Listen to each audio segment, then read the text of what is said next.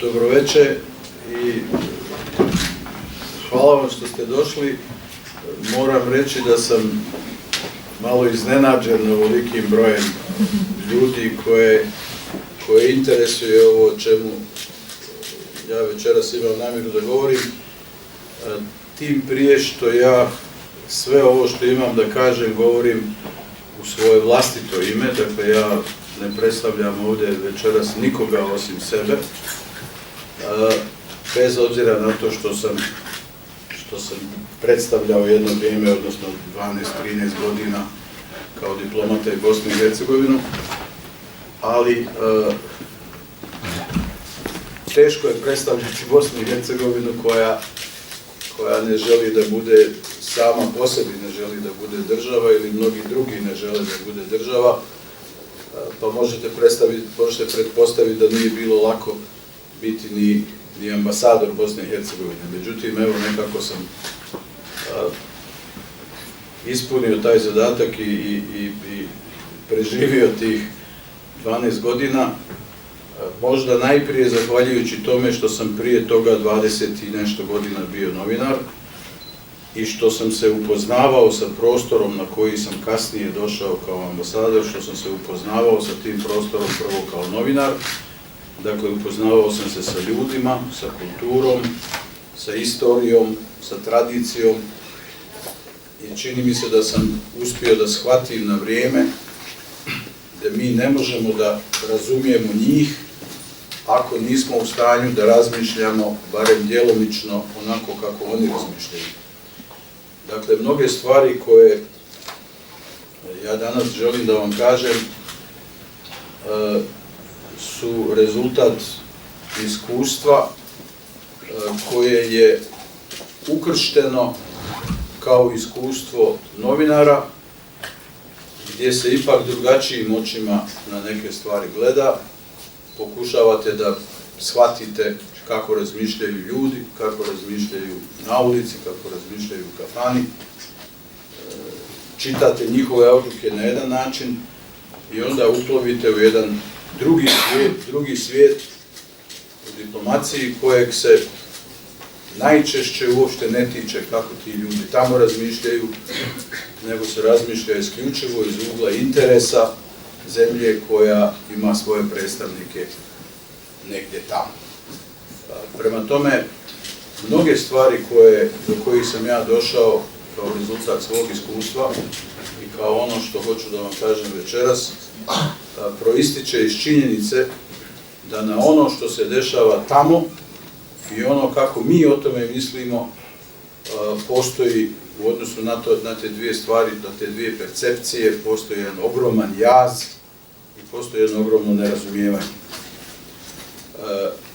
Ja ću vam dakle kazati ono što mi se činilo da je rezultat mog iskustva u tih 35 godina, vrlo često i privatnih iskustava, intimnih iskustava. Na kraju krajeva moj mlađi sin je rođen tamo, završili su oba dvojica škole tamo. Kad kažem tamo, mislim na Egipat, na Jordan. Ja sam bio akreditovan kao ambasador u Siriji, u Iraku, u Jordanu i u Libanonu. Prethodno u Zagrebu, što mi je pomoglo da shvatim i naš kontekst, i regionalni, i evropski, i koji hoćete drugi. I moram da kažem odmah u startu da se mnoga od mojih razmišljanja u vezi sa onim šta se danas tamo dešava, šta mi mislimo da se dešava i kako mi percipiramo tu situaciju, da se mnoga od tih razmišljanja ne slažu sa onim što je takozvano mainstream mišljenje o svemu tome koji mi imamo danas. Ja sam davno postao svjestan da je beskrajno značajna činjenica u čitanju ovoga što se danas dešava ono kako nam je ta situacija objašnjena, kako nam je predočena, kako nam mediji o svemu tome pišu. Pošto sam sarađivao puno ranije i sa velikim evropskim novinama, imao sam svojevremenu kolumnu o Republici Italijanskoj, pisao sam za Le Monde, za Time magazin i za ostale, dajem sebi za pravo da kažem da razumijem kako oni o tome razmišljaju. Shvatio sam dosta rano da je sastavni dio svega onoga što mi mislimo o tom svijetu, da je sastavni dio svega toga jedan projekat prikazivanja te situacije onako kako to odgovara vlasnicima tog projekta. Međutim, na moju sramotu, prije 10 dana sam se vratio, recimo, samo kao usputna observacija, vratio sam se iz Irana i osnovno osjećanje koje sam donio odande je da sam se postidio samog sebe i onoga što sam mislio o Iranu prije nego što sam otišao tamo, u odnosu na ono što sam tamo vidio. Nije sad bitno da ne otvaramo priču o Iranu, nego hoću da kažem da je ta svijest o tome kako smo žrtve predstavljanja na jedan način onoga što se stvara kao način razmišljanja. Nije više u pitanju samo da li je informacija tačna ili nije tačna, nego je stvar u formiranju kompletnog uma prema nekom pitanju, prema nekom svijetu, prema nekom problemu. I kad se taj um formira tako kako se formira, onda je dovoljno u njega ubacivati samo informacije pa postići cilj. Ja sam prije recimo 3 mjeseca bio u Damasku. Bio sam 4 puta nakon što je počelo ono što se zvalo Arapsko proljeće. I iz Damaska sam se javio jednoj svojoj prijateljici koja je u Parizu živi, koja je intelektualka, koja je profesorica na univerzitetu, koja prevodi. Prijatelji smo praktično 30-40 godina. Bila je u posjeti sa svojim mužem u Jordanu kod mene. Išli smo zajedno u Damask.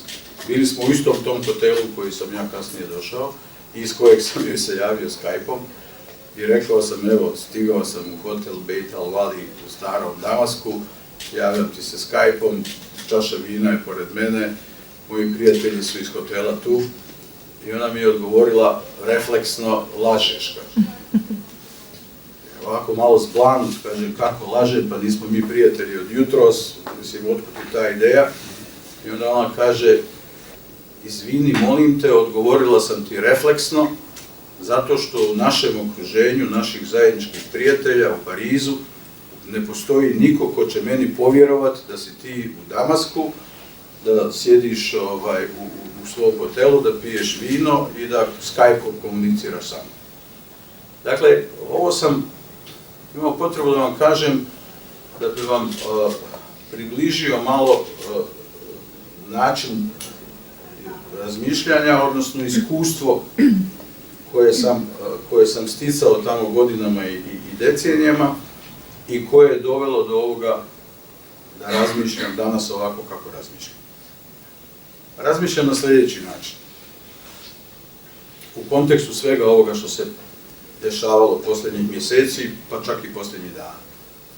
Mali je problem bio u vezi sa ovim večeras, što smo mi prije mjesec i po dana počeli da dogovaramo mogućnost ove večerašnje tribine i što smo tad razgovarali o potpuno drugim, odnosno ne potpuno, ali o relativno drugim temama. Bilo je pitanje situacije u Siriji, na Bliskom istoku, ulazak Rusa u tu cijelu priču, moguće reagovanje NATO-a, Amerikanaca, itd.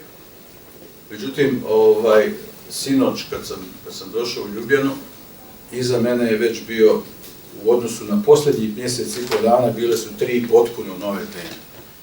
Bila je tema izbjeglica, bila je tema Pariza i bila je tema jučerašnjeg ubaranja ruskog aviona od strane Turaka, što je dakle potpuno cijelu priču dovelo na novi teren i bilo bi deplasirano i nepristojno i neozbiljno da to zanemarimo i da se ja sad tu bavim onim čime smo mi razgovarali od prije mjesec i po dana. Naravno, u odnosu na ovo što se desilo, nije trebalo puno vremena i puno pameti da se shvati da je to samo nastavak svega onoga o čemu smo trebali da razgovaramo i u onoj prvoj verziji šta se to dešava na Bliskom istoku, zašto se dešava u Siriji, koji iza toga svega stoji itd. Dakle, ono što je nekoliko temeljnih odgovora koje ja u ovom času mogu da kažem vrlo pojednostavljeno, vrlo kratko i vrlo precizno, da bismo se lakše shvatili, to je ovo što se desilo u Parizu, nakon načina na koji je Zapad odgovorio na Pariz, kod mene je dovelo do zaključka da stvar ni približno nije završena, nego će se nastavljati dalje. Da je odgovor koji svijet nudi u ovom času onome što se desilo u Parizu, da je na potpuno pogrešnom tragu i da krije osnovne razloge i uzroke koje je potrebno otvoriti uz mnogo hrabrosti i poštenja prema sebi samima, ako hoćemo da dođemo na put na kojem se stvari mogu rješavati. Druga stvar, vi znate kad je počela priča sa izbjeglicama, ili niste možda primijetili, ali evo ja skrećem pažnju na to, da se danima i danima razgovaralo o posljedicama, a uopšte ne o uzrocima. Puno je vremena trebalo da se tu i tamo sporadično pojavi neko ko će pokušati da otvori pitanje odakle ti ljudi, ko su ti ljudi, zašto su oni izbjeglice, zašto nije bilo sirijskih izbjeglica prije nego što je počeo rat tamo, a dolazili su iz drugih zemalja, i arapskih i ovakvih i onakvih. Da li je Gaddafi bio u pravu kad je rekao mjesec dana prije svoje smrti, vjerovatno naslučujući šta će biti, rekao srušit ćete mene i srušit ćete nas okolo, Mediteran će postati, to je citat koji je egzaktan, koji postoji, Mediteran će postati more krvi, imat ćete milione izbjeglica iz Afrike, sa Bliskog istoka i da ne govorim, u Evropi i nećete znati šta ćete sa svim tim. Dok smo mi bili ovde, toga nije bilo. A vi ste to uradili, potrebio izraz doslovno, ne osobito elegantan, rekao uradili ste zato što ste idioti i zato što nećete da shvatite realnost. Ja vas nikad nisam prevario, pa nisam ni sad. Na stranu Gaddafi, orijentacija, demokracija i tako dalje, došli smo u situaciju da mjesec, 2, 3, 5 godina, 2, nakon svega toga, ako hoćemo da budemo i ole pošteni, da priznamo da se stvar realizira. Dakle, naravno, razmišljajući o svemu tome i dugo i na licu mjesta i opredjeljujući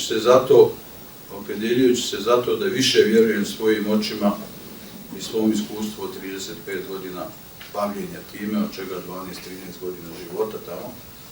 Dakle, opredjeljujući se za mainstream tumačenja svjetska, interesna, politička, ciljana, kalkulantska i tako dalje s jedne strane, i poštena naravno kakvih je bilo, i svoje vlastito iskustvo i svoje vlastite oči, ja sam se opredijelio za ovu drugu.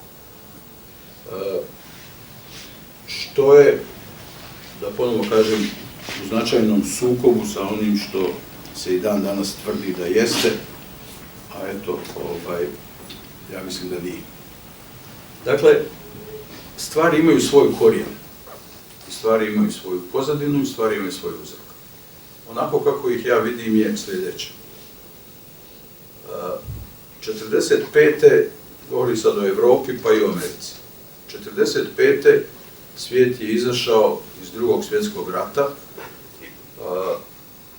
optimističan, okrenut prema budućnosti, spreman da ponudi humanističko obrazovanje generalno u raznim konceptima i na razni način.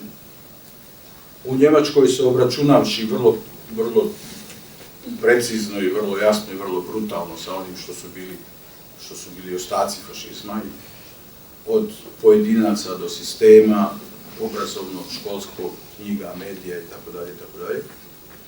i prije 70 godina su temeljene Ujedinjene narodi, sa poveljom u kojoj su bitne činjenice tada bile suverenitet država, nepovredivost granica, nemiješanje u unutrašnje stvari država itd. itd. I na tim osnovama Evropa je izgradila svoj sistem, stvorena je Evropska unija, takva kakva je bila, i imali smo jedan period u kojem se dešavalo to što se dešavalo. Moram da kažem da izgleda dosta cinično danas i dosta ovako smiješno možda za nekoga, ali postoje hladni rat u kojem je postojala pristojnost uzajamnog odnosa između velikih sila tada. Koliko god to paradoksalno zvuči, koliko god to izgleda cinično danas, ali u uslovima onoga hladnog rata znalo se ko šta može, ko šta ne može, znalo se šta se ne smije, znalo se da nijedan vojnik s jedne strane ne smije da pređe na stranu i pravi budalaštine na drugoj strani, i postojalo je u odnosima i relacijama među tim silama, postojalo je nešto što ja zovem, najblaže rečeno i malo karikirano, protokolarnom pristojnosti. Nakon pada Sovjetskog saveza, po mom dubokom uvjerenju, jedan od velikih razloga za promjenu geostrateških odnosa bila je potreba jedne sile da ima strateškog neprijatelja na drugoj strani. Bez strateškog neprijatelja nema vojne industrije, nema ideoloških razlika, nema razvoja uopšte industrije i svega ostalog, onako kako to postoji kad imate nekoga kojeg možete da locirate kao neprijatelja, koji vam prijeti i zbog čega vi morate da radite tako kako radite. Vrlo je zanimljiva činjenica da je pad Sovjetskog saveza koincidirao sa pojavom terorizma u svijetu, odnosno organizovanog terorizma u svijetu. Nije 11. septembar, kako se danas hoće kazati, povod za terorizam i početak terorizma. 11. septembar je posljedica već tada formiranih terorističkih snaga u funkciji obaranja prosovjetskog režima u Afganistanu, odnosno na tragu proizvodnje Talibana, koji su ciljani projekat. Talibani su skupljani momci od 17-18 godina, uglavnom nepismeni, ruralnog porijekla po Pakistanu, dovođeni u takozvane medrese, odnosno na arapskom vjerske škole, gdje se najmanje bavilo vjerskim obrazovanjem, nego se bavilo vojnim obrazovanjem, i to u najbukvalnijem smislu riječi, pravljenjem eksplozivnih naprava, pucanjem itd. Da bi se ta vojska gurnula u Afganistan i tamo se obračunalo sa sovjetskim režimom. Vrlo je zanimljiv intervju koji sam ja pronašao, imam ga kod kuće u svojoj arhivi, ja sam malo starinski pa čuvam sve te moguće papire, razne, ne znam šta ću s tim, ali imam tu naviku. Intervju koji je recimo Bžežinski, čuveni geostrateg sa Kissingerom, najveći u novijoj istoriji Sjedinjenih Američkih Država, objavio u Nouvelle Observateur u francuskom, 90. neke godine, gdje je vrlo precizno objasnio, čak ovako na jedan pomalo ciničan način, kako je cilj zapravo kompletne operacije u Afganistanu bio da se Rusima, kako je on doslovno rekao, da se Rusima gurne u krilo njihov Vijetnam. Jer oni neće izdržati taj Vijetnam vojno, ekonomski, politički itd., odnosno taj njihov Vijetnam će ubrzati raspad Sovjetskog saveza. Što se na kraju desilo? Dakle, povlačenje Rusije iz Afganistana kao poražene vojske je koincidiralo sa padom Sovjetskog saveza godinu dana gore dole. Kad je novinar upitao, dobro, vi ste postigli taj svoj cilj tada, a šta je sa proizvodnjom Talibana, koji su prerasli naravno u teroriste, zajedno sa mudžahedinima tada rođenim u Afganistanu.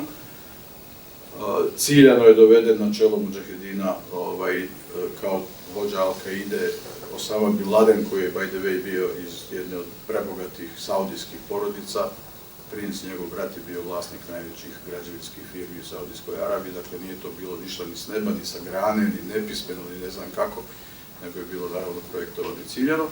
Onda je on odgovorio dosta cinično, pa šta znači dvojica, trojica fanatika muslimana, džihadista u odnosu na pad Sovjetskog saveza.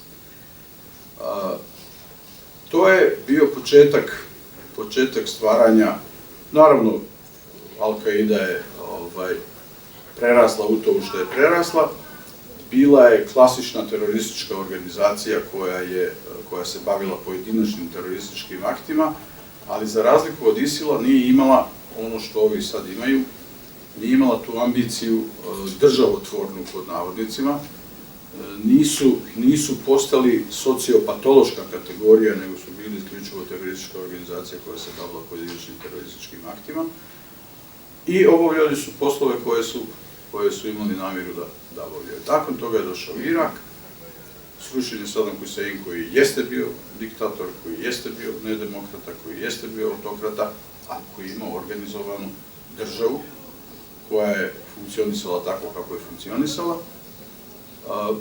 Poznata je priča kako je izmišljena ta teorija o kemijskom oružju, kako je ta bila prevara i Ujedinjenim nacijama i Colin Powell i tako dalje. Rastvoren je Irak i na temeljima te drame je zapravo rođen začetnik ISIL-a, Zarkavi, koji je Jordanac, koji je imao svoju radikalnu ekipu i tako dalje, to je sve skupa velika priča.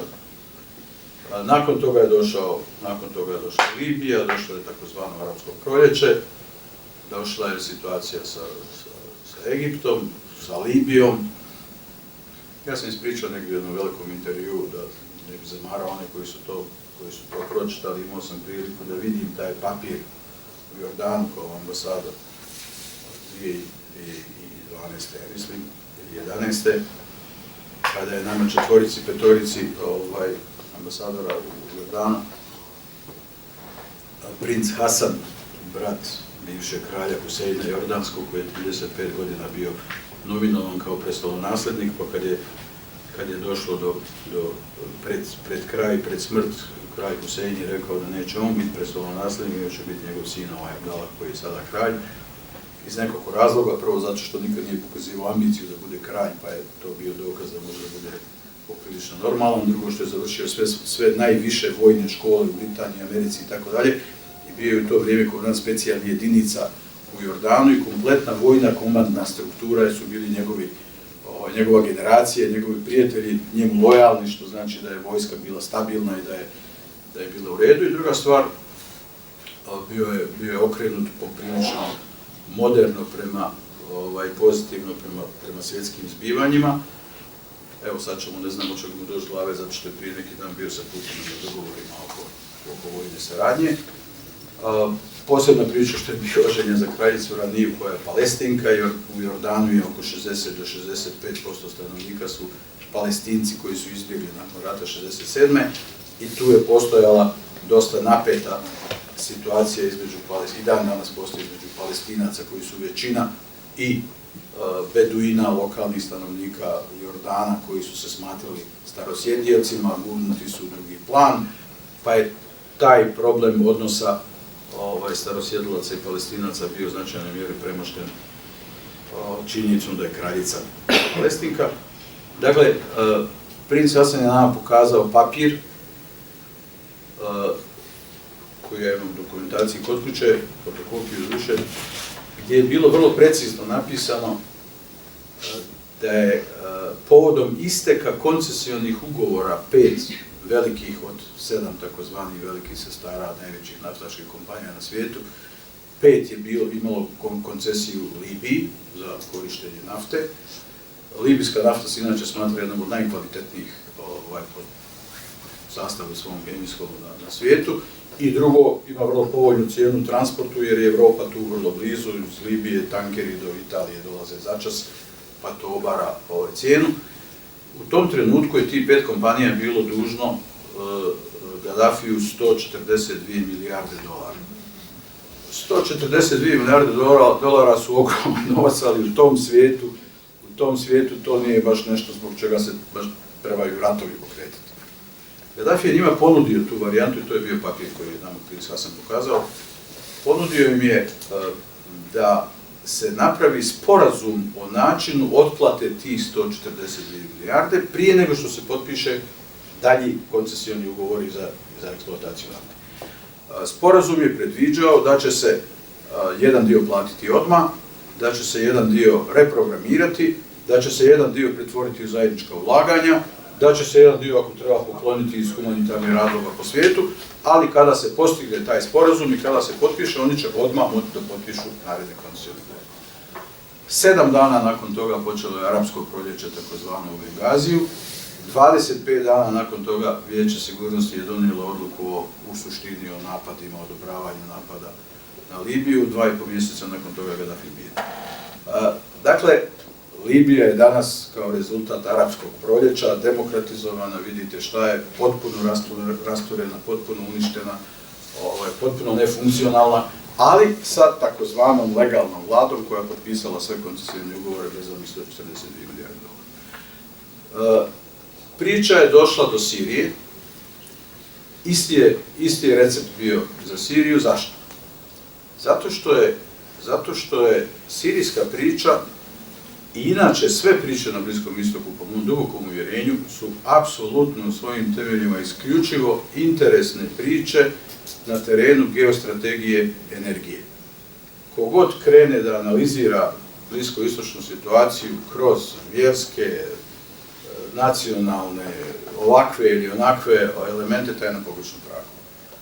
Sve što postoji kao pitanje sunita, šita, kršćana, muslimana, istorije, ovoga, onoga, su alati u destabilizaciji države koja mora da padne zato što se nalazi na putu nekog velikog energetskog interesa.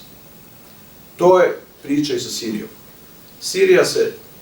Sirija ima nekoliko geostrateških elemenata koji je pozicioniraju onako kako je pozicioniraju, ima nekoliko unutrašnjih elemenata, odnosno imala je, koji su razlog za ovo što se danas dešava.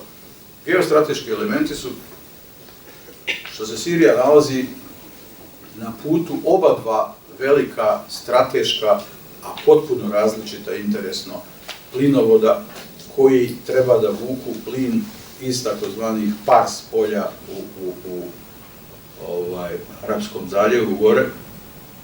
Pars polja se nalaze geografski podijeljena između Irana i Katara i bitka je ko će, Katar je naravno zapadna varijanta, odnosno američka, u Kataru se nalazi sjedište 5. flote, u Kataru se nalazi ko je tamo zbog neutralizacije Irana, u Bahreinu se nalazi vojno-obavještajni centar te 5. flote itd. Dakle, Katar je zapadna, odnosno američka varijanta plinovoda koji treba da spaja Pars polja sa Mediteranom, a Mediteran je završna tačka zbog toga što se iz Mediterana vuku onda plinovodi za Evropu. Evropa je najveći potrošač. Prema tome, to je čisti biznis. Taj plinovod trebao je da ide Katar, Turska, Sirija, Mediteran. Za razliku od plinovoda koji je druga strateška formacija, to je Iran, Irak, Sirija, uz Rusiju koja je na to naslonjena i to je onda nastao problem. Sirija kao posljednji veliki partner Rusije na Bliskom istoku sa sirijskom vojnom bazom jedinom na Mediteranu u Tartusu, gdje slučajno ti plinovodi treba da izađu, i sa novom sada vojnom bazom u Lataki nakon svega što je krenulo sa ovim napadima.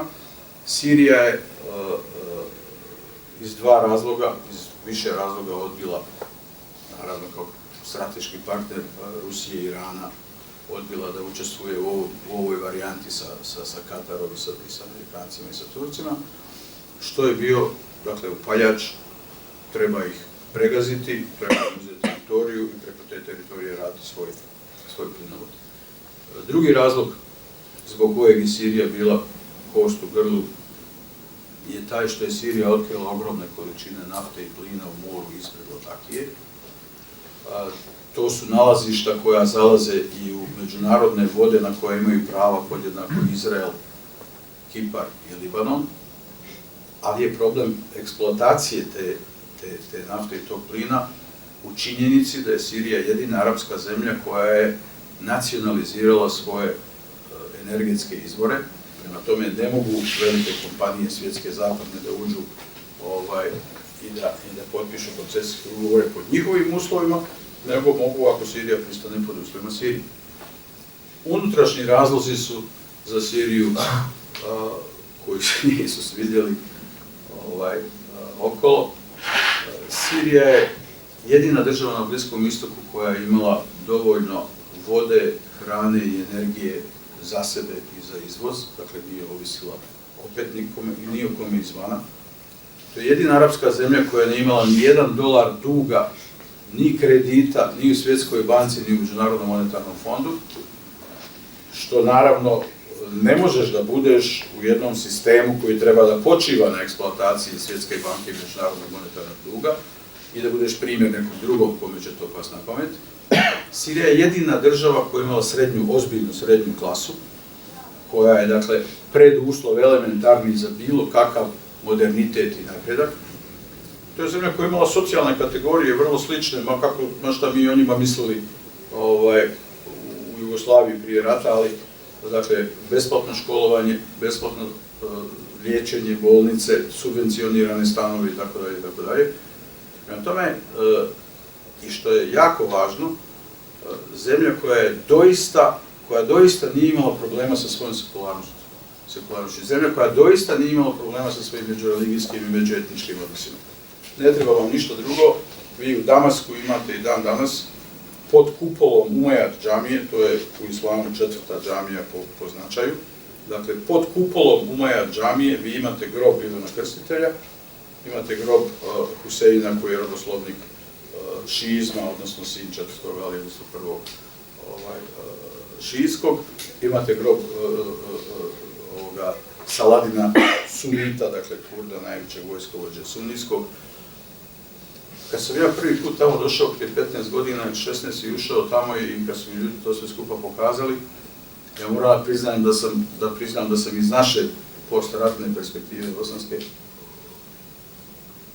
pokazao možda tako mrvicu više iznenađenja nego što to njima tamo pripada. Oni su bili iznenađeni mojim iznenađenjem.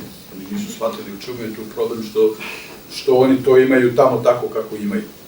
Da bi onda shvatio da sam ja zapravo zatrovan našom unutrašnjom situacijom i našim čitanjem realnosti, koja by the way je lažna.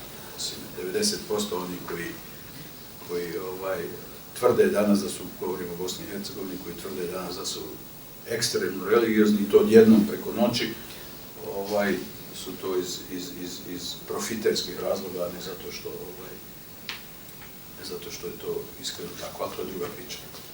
Dakle, tu su se sukobili potpuno različiti interesi. Naravno da Rusija ima svoje interese u svemu tome. Njen je interes u činjenici da imaju svoje vojne baze prema kojima imaju pristup. Njen je interes da imaju kao partnera zemlju veliku i jaku. Njen veliki interes iza ove vojne operacije u koje su sad ušli, njen veliki interes je naravno da se vrati na veliku scenu kao faktor politički posle godina monocentrizma američkog i da kažu da ta faza monocentrizma ne može da ostane više, ali njihov isto tako veliki interes i da poraze u Siriji u ovom času one ekstremističke i islamističke snage koje su bile spremne da u proksi ratu na temelju pretpostavke i Dzeržinskog i ostali sutra krenu na Rusiju. Ne ide se danas više u intervencije, kao što vidite, ne ide se danas više u intervenciju sa vlastitim armijama, nego se proizvodi u zemljama koje hoćete da napadnete i koje hoćete da osvojite ekonomski ili politički ili vojno, kako hoćete. Ide se sa proizvodnjom snaga iznutra, koje će onda da uz pomoć narandžastih revolucija, uz pomoć nevladinih organizacija, uz pomoć obavještajnih službi i tako dalje, da proizvedu haos tamo gdje ga treba proizvesti. A haos je uslov da bi se realizovali razni interesi sa strane. Postoji vrlo temeljita analiza koja pokazuje da je sljedeći cilj u proizvodnji destabilizacije od strane Zapada bila Rusija na Kavkazu sa muslimanima, onim koji su bili dio Sovjetskog saveza ili su i danas dio Rusije. Ne treba zaboraviti da je u Sovjetskom savezu bilo oko 60 milijuna muslimana u raznim državama oko Sovjetskog saveza. Prema tome, rat u Siriji nije uopšte i daleko je od toga da je tipični unutrašnji građanski rat koji se desio zbog sukoba sunita, šiita, alavita, muslimana, kršćana itd., nego je to rat koji nije bio planiran ovakav kakav je, jer se pretpostavljalo da će se u roku od mjesec dana ili u roku od 2 mjeseca završiti onako kako se završili sa Irakom i sa Libijom i sa ostalim. Nije se završilo, ja vam sad govorim vrlo lično, jer sam to gledao svojim očima, jer sam bio tamo. Bio sam ono jutro kad je u Deri, takozvanoj zapravo gradu na granici između Jordana i Sirije, kad je počelo arapsko proljeće, pa smo 3 dana nas trojica ko budale ambasadora, pobala avanturista, išli svako jutro i provodili dan tamo i vraćali se ovdje da svojim očima vidimo šta je. Vi ste mogli tu naprosto golim očima da prepoznate jedan scenario koji je bio vrlo jasan. Počelo je sa iskrenim zahtjevima, željama, oduševljenjem i tako dalje, nekoliko stotina ljudi koji su izašli na demonstracije. Tu noć je Asad preko televizije pozvao predstavnike demonstranata da dođu u Damask, da se razgovara u parlamentu, kako je rekao, o opravdanim zahtjevima koje oni imaju. Sutra dan su nastavljene demonstracije, sutra dan su se pojavili radonje, kratke pantalonice, džamija je postala centralno, tamo centar iz kojeg se sve skupa preko zvučnika dirigovalo. Treći dan ste mogli da prepoznate jednostavno profesionalci iz raznih obavještajnih službi i četvrti dan su snajperisti zapucali i na jednu i na drugu stranu da bi došlo do krvoprolića. Ono što je zanimljivo, 5 dana nakon toga u Siriji su se pojavile formacije organizovane, naoružane, jasno profilirane, terorističke, fundamentalističke, uz takozvanu Free Syrian Army, koji danas praktično nema, iako se ne govori kao faktor u trenutnoj situaciji. Dakle, problem je nastao u tom trenutku što je Asad pružio otpor veći nego što se očekivalo. Očekivalo se da će doći do fragmentacije unutar armije zato što su suniti većina u Siriji, za razliku od šijita, odnosno alavita, koji su jedna varijanta šiizma, iako nisu klasični šijiti, ali dobro, nije sad to bitno. Ispostavilo se da do te fragmentacije nije došlo. 60% vojnika su bili i ostali suniti. 7 od 20 generala u komandnom kadru su bili suniti koji su to ostali. Prema tome, taj sekularno, rekao bih, panarapsko feeling koji je tamo postojao je bio jači od onoga što se pretpostavljalo da će biti. I onda je naravno napravljeno zapravo suštinska katastrofalna greška sa stanovišta procjena Zapada u toj neophodnosti da se pod svaku cijenu naoruža i dovuče i organizuje svako ko je protiv Asada, jer zaslijepljenost je bila, samo treba njega skinuti da bismo onda završili posao. Onda je krenulo sa dovlačenjem i naoružavanjem i logističkim pomaganjem i crnog đavla koji se pojavio iz svijeta, samo ako je bio protiv Asada, uključujući tu ISIL. ISIL se pojavio kao marginalna formacija iz sastava Al-Kaide, došli su iz Iraka gdje im je bilo osnovno sjedište sa ovim Bagdadijem, počeli su sa operacijama u Siriji, tada je došla naredba od Alavija iz zamjenika, odnosno nasljednika Osame bin Ladena, da se vrate u Irak, da ostave Al-Nusra frontu Siriju.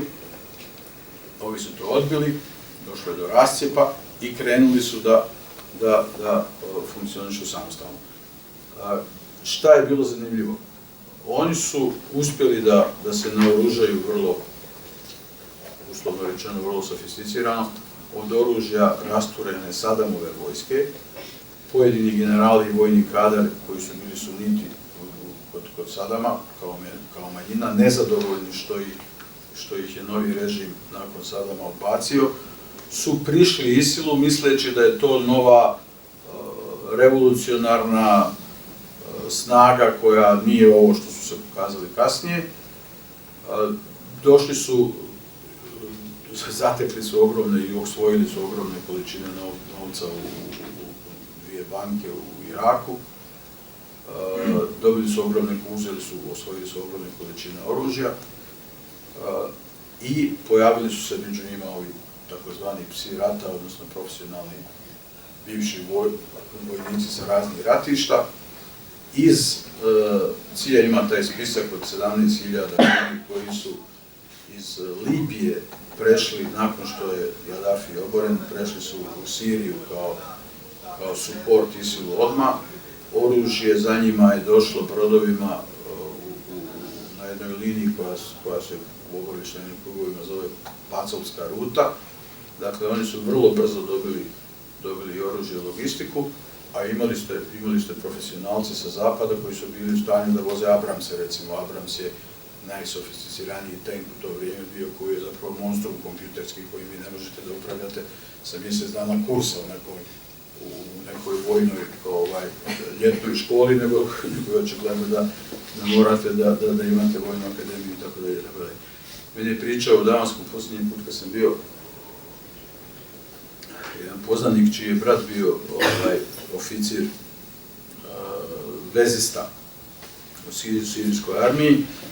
Oni su imali jedan aerodrom koji su do posljednjeg trenutka pokušavali da sačuvaju od ISIL-ovaca i od ovih. Nisu uspjeli, povukli su se i onda su minirali taj aerodrom na jedan najmoderniji mogući način sa specijalistima za miniranje koji su završili škole za to visoke i tako dalje. I njihova je procjena bila da treba najmanje 3 dana svima koji dođu da deminiraju taj aerodrom. Ovi su došli i deminirali ga za 6 sati. Dakle, u pitanju je bila zaista visoko organizovana i sofisticirana operacija proizvodnje svakog živog ko je protiv Asada. U onom trenutku kad se shvatilo, ako se shvatilo, da su se ovi oteli i da iz raznoraznih razloga svako ima svoju priču i svoju ideologiju, u jednom trenutku se računalo da je nešto oko 120 raznih grupacija, formacija, brigada, jedinica, raznoraznih usmjerenja, ideologija, ovoga, onoga u Siriji, da je svaka divljala na svoj način, da je svima njima bilo zajedničko to što su rušili ono što je postojalo i što su htjeli da uzmu Damask. U tom trenutku kad se shvatilo da se to otelo, bilo je kasnije iz prostog razloga što ste vi poslali poruku sirijskim građanima da umjesto Asada koji nije demokrata, daleko od toga, koji je autoritaran, koji je u određenim aspektima, ste ga mogli nazvati diktatorom i tako dalje, vi umjesto njega na političkom terenu i na vojnom terenu nudite koljače, koji su gori 10 puta od njega. To je bilo potpuno, da upotrebim malo nediplomatski izraz, debilno očekivati da će običan građanin Sirije glasati za ove, odnosno glasati za skidanje Asada. On je početkom 2013. pod pritiskom međunarodne zajednice u to vrijeme još uvijek, on je organizovao promjenu Ustava u koju je ubačena kategorija višepartijskog sistema. Godinu dana nakon toga su obavljeni izbori na temelju tog novog Ustava. Ja sam tad još uvijek bio tamo. I što je najzanimljivije, na tim izborima tada je bila posmatračka misija, međunarodna posmatračka misija, dakle, koja je trebala da da svoju ocjenu o validnosti izbora, koja je bila sastavljena od predstavnika 30 zemalja. Među tih 30 zemalja bili su predstavnici 4 zemlje Evropske unije i 2 zemlje NATO. Ta komisija je usvojila izvještaj koji kaže da su izbori bili validni u onoj mjeri u kojoj je to bilo u tom trenutku moguće, odnosno izašlo je 68% svih upisanih birača, bez obzira na to jesu bili izbjeglice, nisu bili izbjeglice itd., a Asad je dobio 82% glasova. Izvještaj o posmatračkoj misiji nikad nije objavljen, kao i mnogi drugi podaci kasnije. Dakle, ja govorim sada o jednoj strategiji koja je postojala, o jednoj tvrdoglavosti, o jednoj nerealnosti koja je poticala u značajnoj mjeri naravno prvenstveno iz interesa, ali iz jednog osjećanja da se ne smije priznati da neće pobijediti. Sve ono što je do tada bilo urađeno na Bliskom istoku, sa konceptom koji je vrlo precizno objavljen i napisan 1988. Tvorac tog koncepta je bio Robert Kagan, koji je bio šef najznačajnijeg vojnsko-političkog think tanka u Washingtonu. By the way, bio je u jednom trenutku i savjetnik, specijalni savjetnik za vanjsku politiku Hillary Clinton kad je bila državni sekretar. Manje poznat detalj, privatni, ali dosta govori o svemu tome, suprug čuvene Viktorije Nuland, koja je danas pomoćnik državnog sekretara za Evropu i Aziju i Afriku i koja je ostala poznata u istoriji po onoj čuvenoj, ne osobito simpatičnoj izjavi u Kijevu, kada je iz Washingtona došlo da organizuje američku ambasadu u slučaju događanja u Ukrajini, pa je u jednom razgovoru 4 oka sa američkim ambasadorom u američkoj ambasadi u Kijevu, kada je američki ambasador povodom nekih ideja koje je ona donijela i naloga, priznala kasnije da su uložili $5 milijardi u obaranje ukrajinskog režima, kada je rekla šta treba da američka ambasada tamo uradi, američki ambasador je onako malo zbunjen, cijela je stvar procurila po sistemu nekog Snowdena ili Assangea i tako dalje, ali potvrđena, kada je rekla, američka ambasada rekla, dobro, šta ćemo sa Evropskom unijom, kako će oni reagirati na sve ovo skupa? Onda je ona izgovorila tu čuvenu rečenicu, ja se izvinjavam, jer je njena, nije moja, fuck the EU. Ona je supruga tog Kagana koji je 1988. definirao strateške pravce razvoja američke vanjske politike na Bliskom istoku, uključujući tu, odnosno temeljeći tu cijelu priču na ideji o podjeli Bliskog istoka po etničkoj liniji na 3 države. Jedan će biti u budućnosti šiitska, jedan će biti sunitska, jedan će biti kurdska. Vjerovali ili ne, to se i dan danas u pregovorima koji su počeli zove Dejtonski sporazum za Bliski istok, pri čemu oni Dejtonski sporazum smatraju vrhunskim uspjehom geostrategije Zapada u odnosu na svaku zemlju u kojoj postoji više nacija i više etnija itd., a način rješavanja svega toga je podjela, bez obzira na posljedice. Podjela znači takozvana humana preseljavanja. Humana preseljavanja su se kod nas zvala malo drugačije, kao što znamo, ali to je način razmišljanja i to je logika. Puno toga ima što bi se moglo ispričati danima i noćima, ali evo da završim sa nekoliko mojih zaključaka u svemu tome. Mislim prije svega iz kompletnog tog iskustva da je umrla svaka druga ideja na ovoj planeti u političkoj sferi izvan ideje golog i čistog interesa. I to interesa koji će realizirati onaj koji je najjači. Ima tu jedno obrazloženje koje nije nelogično, a ono je sljedeće. Kada je sve skupa počinjalo posle rata sa Ujedinjenim narodima i tako dalje, na planeti je bilo nešto oko 2 milijarde stanovnika. Danas, dakle, u istoj generaciji, još uvijek praktično, je na planeti više od 7,5 milijarde stanovnika. Očekuje se da će za koju godinu biti 8.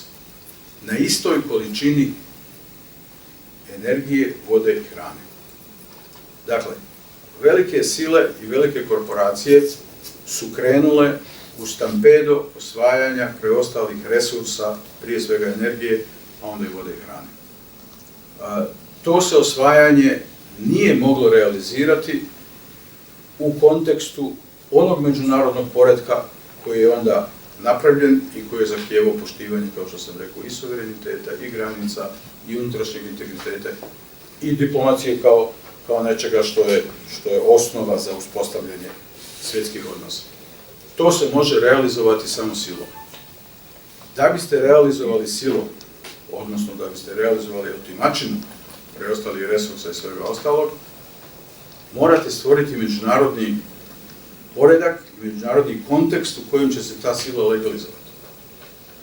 Pa neće više moći neko da kaže podigli su ovi avione, srušili su šefa države, rasturili državu, to je mimo međunarodnog prava i ne znam čega. Naravno, uvedena je kategorija ljudskih prava kao razloga zbog kojih vi možete, dakle, u odbrani ljudskih prava i demokratizacije, ne znam, ovoga i onoga, vi možete srušiti državu, da ubijete milion ljudi, da smijenite koga hoćete, itd. Molim vas, budimo realni. Mi danas imamo situaciju u kojoj svaka organizovana velika sila može podigne avione kako je padne na pamet, napadne koga hoće, sruši koga hoće i to sve skupo proglasi borbom za demokratizaciju i ljudska prava. Mi smo došli u situaciju u kojoj je ljudski život postao najmanje vrijedna činjenica na planeti. A pri tome se stvari rade selektivno. I pri tome jeste, morate mi vjerovati na riječ, ja sam francuski đak, odrasao sam tamo, mene duša boli zbog onoga što se desilo u Parizu. Ti mladi ljudi koji su tamo pobijeni su najmanje krivi, oni su najdramatičnija kolateralna šteta. Ali isto tako, i cijeli svijet je odreagovao kako je odreagovao. I palila su se svjetla i kod nas u Sarajevu na Vijećnici, svjetlima su napravljena francuska zastava i na drugom i na trećem mjestu itd. 24 sata, doslovno 24 sata prije toga, je taj isti ISIL pobio 50 ljudi u Beirutu i ranio 500 i nije bilo ni breaking news, nije bilo ni zastava u bojama svjetla i tako dalje. 3 dana prije toga je Saudijska Arabija izvela napad na civile u Jemenu, ubijeno je 135 ljudi, od čega 80 žena, svi civili, niko živ nije spomenuo tu cijelu priču. Takvih slučaja kako god hoćete. A mentalni sklop je sveden na to, da je ovo što vam ja sad kažem, recimo Angelina Jolie spomenula negdje u nekoj svojoj priči, Yahoo je sutra dan objavio tekst užasnute. Da li je moguće da Angelina Jolie tako misli? Dakle, govorimo iz dvije potpuno različite percepcije. Prije 7 dana je čuveni kandidat republikana sa američkim izborima Trump rekao da će rušiti neke džamije ako bude izabran za predsjednika. I to je pomalo folklor u američkoj predizbornoj kampanji. 16 je kazalo guvernera u Americi da će zabraniti njihova država i donijeli su odluke već da se sirijski izbjeglice da se pojave tamo. Dvije zemlje su rekli mogu Sirijci, ali samo ako su kršćani. I to je normalna stvar. A da pri tome u toj drami sirijskoj, odnosno parijskoj, imate podatak da je 5 sati nakon terorističkog napada, da se u situaciji u kojoj nema prsta čitavog za otisak teroriste, nalazi se sirijski pasoš koji je čitav, iz kojeg se vidi da je to Sirijac. Saopštava se da su trojica prvi koji su ušli unutra Sirijci, da su došli sa izbjeglicama, zna se čak i ostrvo preko kojeg su došli, pa i logor kamp sabirni u Hrvatskoj. 2 dana nakon toga se uspostavlja da nisu bili Sirijci, da su bili Francuzi, da su bili Belgijanci, da su 3. generacija koja je odrasla u Francuskoj i Belgiji, ali je u masama ostalo sirijski pasoš, Sirijci, ušli kao izbjeglice. Naravno da je zaključak te mrske izbjeglice, naravno da je zaključak ti Sirijci, svi koji su takvi kakvi su, I naravno da je panika kod političkih rukovodstava koja moraju da udovolje svojoj atmosferi u svojoj državi, zid, žica i tako dalje, tako dalje. Moj zaključak da lideri i organizatori i šefovi korporativnih moćnika u svijetu zajedno sa ISIL-ovim moćnicima uživaju zajedno. Zbog toga što jedni druge, neću reći da sjede zajedno u istim prostorijama, ali jedni druge de facto hrane onim što je cilj jednih i drugih. A to je proizvodnja destabilizacije, proizvodnja panike, proizvodnja mržnje, na koju se onda nadovezuju specijalna ovlaštenja za vojsku, specijalna ovlaštenja za obavještajne službe koje sad mogu najnormalnije i da snimaju, i da prate, i da privedu, i da uhapse. Niko više ne razgovara o pravima privatnosti, o ljudskim pravima i o svemu tome. Proizvodnja je animoziteta, proizvodnja je kolektivnih mržnji, na čemu kao mačori predu od zadovoljstva proizvođači oružja, proizvođači svih mogućih i najortodoksnije i najdesnije političke strukture u Evropi koje će sutra pobijediti na izborima. U 90% država. Kad se banalizuje stvar do kraja, onda dolazimo dotle da se mora kazati podatak, nekoliko podataka. A to je, prema izvorima iz Europske unije, od svih registrovanih terorističkih napada u posljednje 3 godine, 2015. nije uzeta u obzir rješenja. Dakle, od svih terorističkih napada u Evropi, 12., 13. i 14. 1 do 2%, zavisnosti od godine, 1 do 2% je bilo terorističkih akata motivisanih vjerskim mržnjama, sukobima i tako dalje. 1 do 2%. Svi ostali su bili etnički, separatistički, rasistički i tako dalje. Pri tome u svijetu, kad govorimo dakle, o ulozi muslimana, u svijetu je 80 prema europskim podacima, Europske unije, 86 do 92% svih žrtava su muslimana. Ali šta je? Kako je bilo moguće dići na noge taj ISIL i dovesti ga u situaciju da su sociopatološka kategorija? Dakle, mnogo više su sociopatološka nego vojne. Oni nemaju avione, oni nemaju raketne sisteme, neke ozbiljne, nemaju tenkove. Ali šta imaju? Imaju fanatizam. Koju vrstu fanatizma? Prodata im je, za razliku od Al-Qaide, koja je bila operativna teroristička organizacija, njima je prodat mit. Prodat im je mit o nečemu prije 700-800 godina, prodat im je mit o nečemu što se tumači danas ovako. Nemojte me pogrešno shvatite, ali mi smo imali situaciju ovdje prije 25 godina, ili ne znam koliko, kad je jednom narodu prodat mit o nečemu od prije 700 godina i na temelju tog mita drugi su narod na nama. I to narod koji je evropski, narod koji je obrazovan u odnosu na nama i tako dalje, ali prodat mit. I u ime tog mita oni su postali sociopatološka struktura. Dakle, nije više u pitanju a ko su im oni koji taj mit pothranjuju? Taj mit pothranjuju 3, 4, 5 hiljada malih seoskih hođa u pustinskim selima nekakvim, neobrazovanim, više nego poluobrazovanim, koji su kupljeni, koji su našli sebi priliku da svako od njih organizuje po 20, 30 ili 50 nekakvih momaka, a ti momci su idealna regrutna baza za svaku vrstu terorizma. Cijela priča sa Bliskim istokom u zadnjih 100 godina ima 2 suštinska elementa. Prvi element je kako ukrasti odande energente pod uslovima pod koji odgovaraju onima koji kradu, a uslovi su nikakvi, mizerni. I drugo, kako ne dozvoliti emancipaciju, obrazovanje, stvaranje srednje klase, kako ne dozvoliti osvještavanje jednog koji će sutra dovesti na vlast neku demokratsku, ali snažnu nacionalno osvještenu vladu koja će kazati ne možete da dobijete pare od $3, nego ćete ga dobiti pod uslovima pod kojima mi to ne imamo. To se ne smije dozvoliti. I vi danas imate na Bliskom istoku, ja sam to svojim očima gledao 30 godina, živio sam, rekao sam tamo 12-13 godina i to znam, i danas imate u predgrađima Bagdada, Kaira, velikih gradova tamo, imate milione mladih ljudi koji nemaju apsolutno nikakvu perspektivu u životu.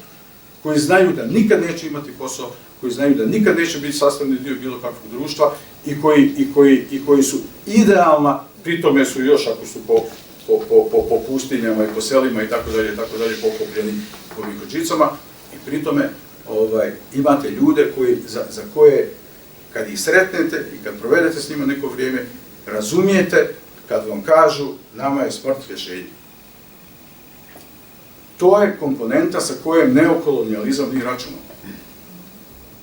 I nisu izbjeglice koje su došle u Evropu destabilizovali Evropu, nego su otkrili evropske probleme koji su problemi neorganizovanja, problemi nedostatka koncepta, probleme, nemojte da se zavaravamo, 700-800 hiljada ljudi, koji je ogromna cifra, za jednu Evropu organizovani bogatu je kikiriki. To je 0, ne znam koliko posto. Zemlja, odnosno zajednica koja ima sistem, koja ima organizaciju, koja zna kako se s tim radi, šta se s tim radi, koji su sistemi, koji su načini da se uđe, koji su načini da se ne uđe, tako da je. Ali šta se desilo? I taj talas koji je grunuo u jednom trenutku, ja nemam dokaze, to ne mogu da vam kažem kao činjenicu, ali je svakome ko se bavi time posmatra, to je jasno nije slučaj. I nije u jednom trenutku. I nije tek tako došao sad. A pogledajte ko je profitirao. Profitirao je Erdogan. Profitirao je čovjek kojem je Merkelovka otišla na noge 5 dana uoči njegovih izbora i pogurala mu statusno situaciju i poziciju na temelju koje je dobio te svoje izbore, a on je prodao Evropi priču o izbjeglicama za 3 milijarde dolara. I pritom je dobio popuste, ogromne popuste oko statusa pasoša, oko statusa kretanja, oko ne znam ovog ne znam. I ponovo će to da uradi za 2-3 mjeseca. Zato što je to ta struktura čovjeka i ta struktura političkog režima i sistema. A prije 15 godina u policiji nema praznog prostora. Ako ne uđete vi koji treba da uđete, ući će neko drugi. Prije 15 godina Turska je bila spremna da uđe u Europsku uniju. Imala je politički sistem drugačiji, imala je političko rukovodstvo drugačije, imala je ekonomski nivo drugačiji i tad je mogla da bude dobar partner za Europsku uniju. I koristan sa 80 milijuna stanovnika i tržištem. Nije, bili su odgurnuti iz raznih razloga i proizveli su Erdogan, koji će da bude sve radikalniji islamista, koji je otvorio vrata ISIL-u. 90% svih isilovaca koji su ušli u Siriju i Irak su ušli kroz Tursku.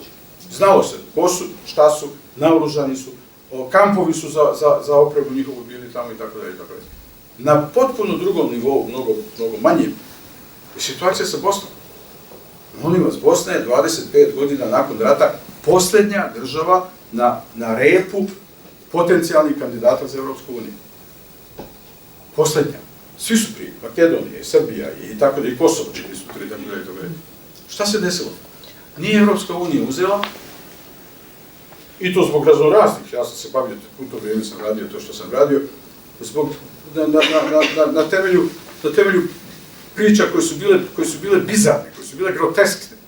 Niste uknjižili vojne kasarne iz bivšeg režima na, ne znam, teritoriju ovo i tako dalje, i tako dalje. Šta se desilo? Nećete vi. Ušla je Turska na ogromna vrata u Bosni i Hercegovini. Danas je na baš čaršiji više čuje turski nego naš jezik, ma kako ko vi zvali. I to kako ulaze? Ulaze kroz izgradnju škola, internata, fakulteta, doveli su novinsku agenciju Anadoliju, koja danas emituje 90% svih vijesti u dnevnim medijima Bosne i Hercegovine su iz Anadolije. Kultura, kobajagi, umjetnost i tako dalje, tako dalje. A nisu među prvih 10 investitora u Bosni i Hercegovini. Objektivno gotovo. U Srbiji imaju 10 puta više investicija i Srbija mi je važnija zato što je veća. I u Otomanskoj imperiji je bila važnija, a ovo je bila krajina, negdje tamo na kraju. Ušli su s druge strane, naravno, ući će s jedne strane drugi, s druge strane se približavaju Rusi. Ja to razumijem. To je odgovor na nešto što je s ove strane. Izluđuje se druga polovina naroda tamo. I ušli su islamisti. I mi možemo pričati što god hoćemo. Oni su danas organizovani bitno drugačije. Mi danas pričamo o Bočinji i o Maočima. Bočinje i Maočo nemaju veze. Bočinje i Maočo zaboravljeni prije 10 godina. Organizacija je druga. Džamije u kojima se nalaze su drugi. Ali šta je? šta je suština? Svaka zemlja u kojoj ima ozbiljna obavještajna služba će staviti 200 ljudi pod kontrolu bez problema. Nisu vehabije strukturalno problem za Bosnu i Hercegovinu, jer vehabije potiču iz jednog mentaliteta, iz jednog prostora koji nema veze sa Bosnom i Hercegovinom. To je linija u islamu Saudijske Arabije koja nema veze sa Bosnom i Hercegovinom. Ali su našli teren u kojem ćete vi, u kojem jutros, sinoć ja dolazim u Ljubljanu autom i slušam vijesti, ne mogu sebi da dođem na radiju, bačena je bomba na policijsku stanicu u Zavidovićima i kaže portparol policije Zavidovića, kaže, ako iz daljine negdje, koji izvinjavajući se, kaže, prvi uvid pokazuje da možda ima elemenata za možda teroristički čin koji nije dokaz. Bomba na policijsku stanicu. I onda imate reakciju političara iz vrha koji kažu njihovi teroristi i naše budale. To je ambijent u kojem ne postoji jednostavno država koja ima strategiju, koja ima politiku, koja ima cilj, koja ima tako dalje, tako dalje. To je situacija koja je odgovorna. A pri tome Zapad, na čelu sa Francuskom i sa Holandom, preduzimaju korake koji su u suštini krajnje kontraproduktivni. Sad će se vojska na ulice, pa će ne može se vojskom odgovoriti na ove koji ulaze po svijetu, kaže, ušli su sa izbjeglicama. Što znači ušli su? Pa oni imaju potrebe da ulaze sa izbjeglicama. Oni imaju svoje ćelije po Evropi gdje god hoćete. Kakve, otkud bi se ideja da će on ući sada proći 5 checkpointa nekakvih gdje će ga registrovati, tako da ne pada mu napamet. Znate kako ulaze isilovci danas u Evropu? Ulaze elegantni, obrijani, namirisani, piju viski, ne idu u džamiju. Operativci isilovci. Ali je to stvar sa kojom se moraš suočiti, ko su, šta su, ko ih hrani, ko ih je organizovao, ko ih je doveo, ako hoćeš se suočiš sa pravom pričom. A nema rješenja zbog toga što po mom dubokom uvjerenju u ovom času svijetom vladaju korporativne i bankarske sile koji se to ne može. Smrt je postala biznis najveći, veći nego život. I činjenica je li negdje srušena kompletna država, je li negdje ubijeno toliko i toliko, nema veze ako je profit i svega toga, a profit je oružje, profit je nafta. Sve ostalo je šuplje priče. I danas sam nakon svega, razmišljajući o svemu i o ovome, jednostavno došao do toga da imate pet činjenica koje ilustruju na neki način kao sukus ovo sve skupa o čemu sam govorio, a koje su paradoksi strašni. Šta se sve desilo u posljednjih nekoliko godina u ime stabilizacije, u ime bezbjednosti u svijetu, u ime odnosa i tako dalje. Kao rezultat. Prvo, dakle, imali smo pod izlikom procesa demokratizacije i širenja prava i svega što uz to ide, naravno u cilju zaštite svojih interesa geostrateških i tako dalje, proizvedeno je takozvano arapsko proljeće, koje je prodato svijetu kao veliki pokret u cilju demokratizacije. Ovo završio se sa najstrašnijim razaranjima, sa fragmentacijama, sa mrtvima, sa mržnjama i tako dalje. Pod broj 2, ono što sam rekao, radi rušenja čvrstih sistema, ovi sistemi su bili nedemokratski, ali su bili sistemi koji su obezbeđivali stabilnost i mogli su se mijenjati postupno, mogli su se mijenjati onako kako se Sirija počela mijenjati. Sirija 2008. kad sam ja došao dole, 2013. kad sam otišao, odnosno 2011. je počelo 2011. dok nije počelo bilo ko nebo i zemlju. Sirija imala 7000% više turista. U Siriju su ušli i Kentucky Fried Chicken i McDonald's, ušle su banke evropske. U Siriji ste imali sve moguće šopinge od Benettona do ne znam koga. Prema tome, postojala je volja i želja tog mlađeg Asada da uđe u sistem postepene demokratizacije i tako dalje. Onoga trenutka kada je postalo jasno da veliki naftaši ne mogu da uđu u eksploataciju novootkrive nafte i da on ne da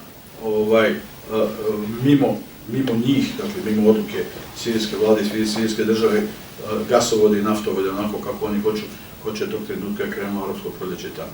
Dakle, imamo pod broj 2 rušenje čvrstih sistema u ime geostrategije interesa, kroz te takozvane proxy mehanizme i rušenje međunarodnog poretka koji treba da obezbijedi tu cijelu priču.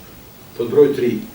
Terorizam kao poluga, ali i strateški legalizovani interes je doveden tamo. Nisu oni došli slučajno, nisu došli bez veze, nisu pali s neba, nego su jednostavno organizovani, dovedeni, suportirani, trenirani, naoružavani itd. Četvrto, izbjeglice su došle kao talas i šta su postigli? Destabilizaciju Evrope. Nastala je panika, nastalo je iznenađenje, nastala je frustracija, doveli smo se dotle da vi danas u Evropi, unutar Evropske unije, imate takozvanu višegradsku grupu koja je politički na drugoj strani. Nema konsensusa u glasanju, nema dogovora onakvih kakvih bilo ranije. Prema tome, jednostavno se pokazalo da ne postoje jedinstveni, zajednički organizovani mehanizmi koji mogu da riješe pitanje izbjeglica na način na koji je to moguće. I peto, od prekjuče imamo dovođenje vojne situacije do nečega što se uslovno rečeno može nazvati incidentom opasnim do proizvodnje sudara Rusije i NATO-a. Ja se naravno kao pretpostavljam normalan čovjek nadam da se to ne može desiti, ali jako malo racionalnih elemenata za koje možete da kažete da je sigurno da neće. Ako imate ljude koji su stanju da izazovu takav incident, bez obzira na to, ja kažem još jednom, je li proletio avion 10 sekundi ili nije proletio avion 10 sekundi, ako je to priča koja treba da legitimira opasnost dignutu na ovakav nivo, onda to samo budala može sebi da dozvoli. Ako je s druge strane projekat, onda vidimo čiji je projekt. Prema tome, doveli smo se u jednu situaciju koja je takva i koja se, nažalost, ili na sreću, nažalost, može rješavati jedino sa ljudima ozbiljne pameti i hladne glave. Ja, ako me pitate, sasvim intimno, osim nekog imena na prste jedne ruke, ja ne vidim velike lidere danas koji su spremni da se izdignu iznad ovoga ludila, iznad ovih sujeta, iznad ovih interesa, na način na koji su nekada to mogli ljudi tipa Willy Brandta ili Schmidta ili Destijana itd. Patuljci vladaju međunarodnom scenom, a ispod njih male sitne birokrate koji politiku doživljavaju kao sitni biznis. U ostalom, iz mog sasvim privatnog iskustva, odnosno ne od privatnog nego vlastitog, vi danas ni u diplomaciji više nemate velikih ljudi, ne zato što ih nema, nego zato što su otišli u korporacije. Jer se tamo kroji svjetska politika, jer se odatle vuku potezi, a politika i diplomacija su postali zanati za pomalo sujetne, naravno, čast izuzeci. Puno toga još ima što je sastavni dio ove priče. Nemamo vremena, teško je fokusirati se na ono što se čini najbitnijim i najzanimljivijim, ali evo, meni se činilo da ovo sve skupa što sam vam rekao pod pretpostavkom da uvažite, a naravno, apsolutno mi je jasno i ako se ne uvaži, ali mislim naprosto da može nekome da bude korisno da počne da razmišlja i o ovim elementima pored svega onoga drugog o čemu razmišlja i čime je pritisnut u medijima, jer mislim da je suština da priča nije jednosmjerna, priča nije crno-bijela i nažalost priču nam formiraju sve više kupljeni mediji koji su sastavni dio cijelog mehanizma. Ljudi jednostavno ne mogu da apsorbuju više toliku količinu informacija koje dolaze sa raznih strana. Internet je, ja sam smatrao da je internet zaista jedan od najvećih dobitaka 20. stoljeća, ali kad pogledate šta se dešava kad se taj internet zloupotrebi, kad se stavi u funkciju destrukcije, onda je to strašno. Razumijem potpuno ljude koji razmišljaju potpuno drugačije, ali se plašim da je priča je globalna, mi smo u toj priči mali igrači. Znate, naše države su naše države su predgrađa malo većih gradova u svijetu, a plašim se da se u pozicijama u kojima smo vaše potpuno različite, vi ste u Europskoj uniji, mi smo nigdje, koristimo se kao topovska hrana ili u ideološkom ili u bukvalnom smislu. Znate, ja sam u Siriji nakon 3, 4, 5 godine rata, ja sam sad prije 3 mjeseca u Dansku razgovarao sa, koristeći svoj minuli rad diplomatski tamo, sa nekim vrlo ozbiljnim ljudima. Vjerovali ili ne, po njihovoj procjeni 60%, nije to malo, 60% svih zapadnih firmi koje su poslovale u Siriji prije rata su i danas tamo. Pod raznim imenima, preregistrovani, joint venture i tako dalje, ali su tamo. I ne pada im na pamet da se povuku, čekaju trenutak kada će da se završi priča i da krene velika obnova. A evo ja sam imao prilike da razgovaram sa Vesnom Pusić nakon tog putovanja gdje mi ministar energetike njihov onako koji je bio prije 5 godina, koji je danas na jednoj večeri sticajem okolnosti rekao, pa možete li da prenesete ili pitate, znate ih dobro i tako dalje. Pa šta im je trebalo da prvog dana kad je Europska unija donijela odluku o sankcijama neophodnim prema Siriji, o povlačenju kapaciteta, o zatvaranju firmi i poslova, šta im je trebalo da zatvore posao koji je INA tamo imala, koji je bio ogroman, koji je u perspektivi bio posao $1,5 miliona dnevno čistog profita. Prvi su potrčali, ko oni dobri džaci iz prvog reda u štajce mogli ja, da kaže mi ukidamo INU, mi zatvaramo sve skupa, mi to ostavljamo tamo i tako dalje, svi ostali su tamo ostali. Možda kažem, preko naših leđa, nas malih se prelamaju interesi druge vrste, interesi velikih i on će se sutra vratiti na velika vrata u te poslove, obnovljene u investicije i tako dalje, a nas neće biti. Ali evo, to je valjda cijena sazrijevanja i političkog i društvenog i svakog drugog, pa ako se makar 5% svega ovoga uzme u obzir za početak neće biti loše. Hvala vam na pažnji. Drago mi što ste postavili to pitanje zbog toga što sam spominjući razloge zbog kojih je recimo Sirija napadnuta. Jedan od razloga je, ja imao sam prilike da učestvujem u nekim raspravama tamo i akademskim i političkim, jedan od razloga je upravo to je na određen način ljutnja ovih novih krugova političkih, korporativnih, interesnih, biznisa i tako dalje, spram te još uvijek panarapske linije koja u političkom životu Sirije postojala. Dakle, to je jedna linija koja je u određenom smislu, ne treba tu biti sad previše radikalan u tumačenju, ali u određenom smislu je baštinila nešto što se zove ljevica evropske provenijencije i socijalistički elementi u životu, u svemu to. Sirija je to imala. I Sirija je posljednja država na Bliskom istoku koja je to imala.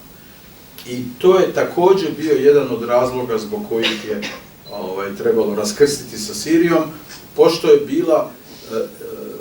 je inficirala neke socijalne krugove u arapskom svijetu, pogotovo u ovoj situaciji potpune klasne pocijepanosti, nipodaštavanja, poniženosti, ako hoćete, klasne. Taj sindrom se pojavljivao sve više i više kao opasan sindrom za korporativni način razmišljanja i za korporativni sistem. Na kraju krajeva, na potpuno drugi način, nije to ista priča, ovo je arapski svijet, ali mi imamo ovdje danas u Europi, između Europe i Amerike imamo jednu priču koja je na sličnom terenu, to je ova priča sa PTTI ili TTPI, kako hoćete, svako na različit način to govori, koja je u suštini posljednji, po mom dubokom uvjerenju, posljednji čavao u mrtvački sanduk jednog sistema koji je uvažavao socijalne kriterije, ekološke kriterije, radne kriterije ljudi i tako dalje, tako dalje. Evropa je sagradila svoje sisteme ekonomske, trgovinske i ostale na ovim tradicijama posle Drugog svjetskog rata, koji su uvažavali te elemente nekakve zaštite proizvođača, da i tako nazovemo. Današnji taj korporativizam koji nam se nudi kroz ovaj sporazum, na koji je, nažalost, Evropski parlament digao ruku i dao podršku, on potpuno do surovosti dokida svaki od tih elementa, uključujući, uključujući pravo korporacija da mogu da sudski dobiju državu u postupku u kojem je državno zakonodavstvo, nacionalno zakonodavstvo protiv profita onako kako oni hoće. Prema tome, tačno je to, da skratim, tačno je to da je Sirija baštinila taj koncept dva partije, odnosno panarabizma, koji je uključivao, koji je bio na svom vrhuncu za vrijeme Nasera u Egiptu, koji je uključivao ove komponente i oni su ih u značajnoj mjeri očuvali za razliku od nekih drugih zemalja, što je naravno jedan od razloga da se to uništi što prije to bolje.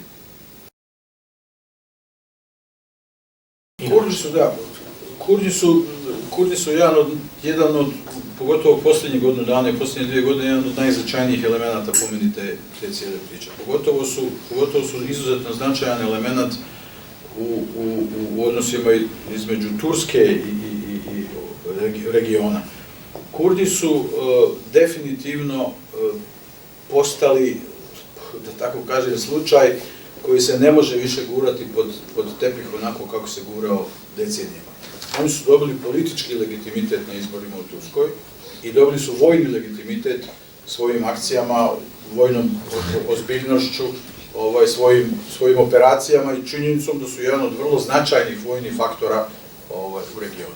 Prema tome, ne shvatiti, to što je po meni veliki propust Erdogana, ne shvatiti da se Kurdi ne mogu više tek tako gurati u stranu i propustiti priliku da kapitalizira u svoju korist to što će izvesti na međunarodni nivo, Ujedinjeni narodi i tako dalje, pitanje Kurda i tražiti da se ono legitimira na način na koji na kraju krajeva 40 miliona ljudi u pitanju.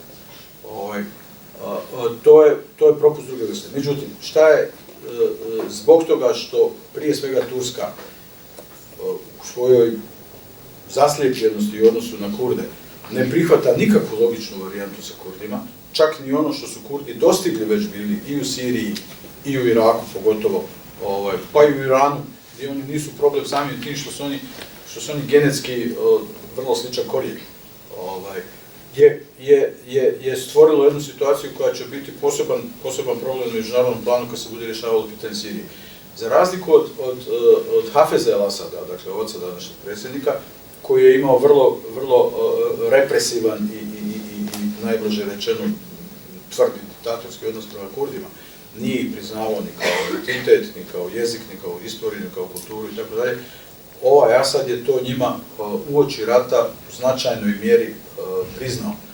I oni su postigli jedan status autonomije gdje su imali pravo i na svoje škole, i na svoj jezik, i na svoje kulturne institucije i tako dalje. I ono što ja znam, jer sam odlazio više puta među njih prije nego što je počelo ovo sve skupa, oni su na određen način bili zadovoljni time što su imali. Oni nisu imali ambicija da se formira kurdska zajednička država, jer su bili realni, ne zato što nisu htjeli, nego su bili realni u procjeni da formiranje nezavisnog Kurdistana znači oteti komad zemlje Turcima, oteti komad zemlje Iraku, oteti komad zemlje Iran. Nije to bilo realno. I oni su zbog toga bili spremni da prihvate autonomiju lokalnu koja će im omogućavati ovo što sam malo prije spomenuo. I u tom pravcu je stvari krenula. Imaju ta Rijava, odnosno taj kurdski entitet, taj čitav koji se proteže na nesreću njihovu na granici sa Turskom, sa ove sirijske strane. Oni su i sad u ovom ratu obezbijedili, izborili se zapravo za jedan prostor koji su mogli da brane i koji su branili vrlo efikasno, na ovoj istočnoj strani prema Iraku, gdje su Kurdi bili posebno etablirani sa pešmergama kao svojom vojskom. Amerikanci su, to sad druga priča, Amerikanci na ovoj svojoj liniji imaju varijantu i sarađuju s njima, imaju varijantu da ih pretoče u ono što smo govorili, šijiti, suniti, Kurdi. Srednji dio je Kobane, ovaj čuveni u kojem je bilo to sve skupa što je bilo, i zapadni dio na obali prema Mediteranu, to je ovaj gdje su Turkmeni pomiješani s njima i gdje se sad desio ovaj incident sa vojskom. Problem je što Erdogan neće da prizna, što je samo po sebi deplasirano sa stanovišta međunarodnog prava. On je čak otvoreno rekao da neće dozvoliti, Turska neće dozvoliti nikakvu autonomiju Kurdima u Turskoj, pa čak ni u drugim zemljama. Prema tome, što znači to kad kažeš međunarodno pravo da ja ne dozvoljavam nešto u drugoj zemlji, niko ne reaguje na to. Mislim da se Erdogan neće pomiriti, bez obzira na situaciju, da se neće pomiriti lako sa bilo kakvim statusom Kurda koji oni u ovom času već imaju, zaslužuju i čak mislim da je veći dio svijeta, uključujući Amerikanci, spreman da im se to prizna. Praveći stalno od njih neprijatelje, provocirajući rat na granici s njima, se u stvari produžava ekspanzionistička ideja i želja Istanbula u ovom času da se prošire sve do Alepa, najmanje možda i do Damaska, i da se Kurdi tu riješi kao problem. Dakle, da skratim, Kurdi su apsolutno postali legitimna činjenica danas na međunarodnoj sceni, posebno značajan faktor u raspetljavanju situacije u Siriji, jer su u suštini za završetak rata koji će im obezbijediti autonomiju. Ne mislim da imaju u ovom času, ne mislim da imaju ambiciju da se pravi zajednička država Kurda, i četvrto, odnosno prvo, Turci na to neće pristati, što je tajna. Hoće li Amerikanci i NATO primiriti Tursku i njihove ambicije koje imaju u ovom času u tom regionu, ili će eventualno njihovo podbadanje dalje da budu faktor nestabilnosti u cijeloj priči, biti nastavak priče. Ono što je bitno, ja mislim da je Obama u jednom trenutku čak bio i spreman da prihvati neke elemente realnosti u vezi sa Bliskim istokom, između ostalog i zato što inače dugoročno geostrategija Amerike je okrenuta prema Kini, prema Aziji. Međutim, on ima dva ogromna utega kod kuće i u toj politici. Jedan uteg mu je Turska, zato što je Turska takozvani čuvar južnog krila NATO-a i zbog toga je bitna u tim geostrateškim razmišljanjima NATO-a, pa im se ne može zavrnuti ruka onako kako bi možda htjeli. I drugi je Saudijska Arabija, koja je, nepotrebno je reći, mislim, pojam svega najnedemokratskijeg što na svijetu postoji, ali to opet niko neće da kaže, zato što je u pitanju petrodolar koji je kičma zapadnog ekonomskog sistema. Evo, to mislim o Kurdi.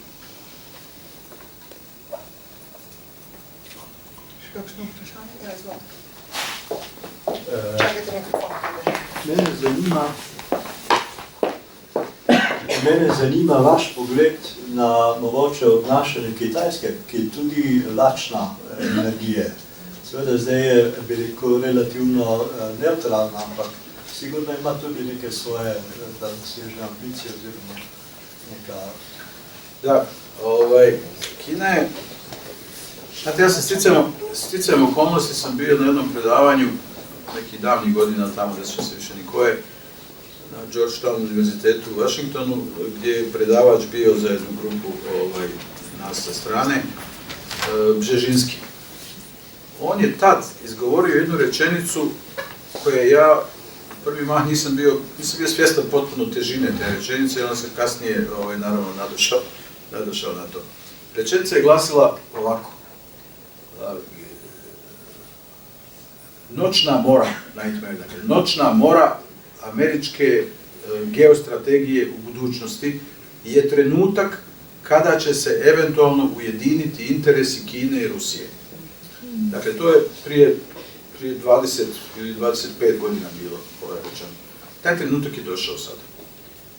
Postoji taj BRICS koji je zajednica Kine, Rusije, Latinske Amerike itd., koji se ispostavlja kao kontraravnoteža monocentrizmu američkom.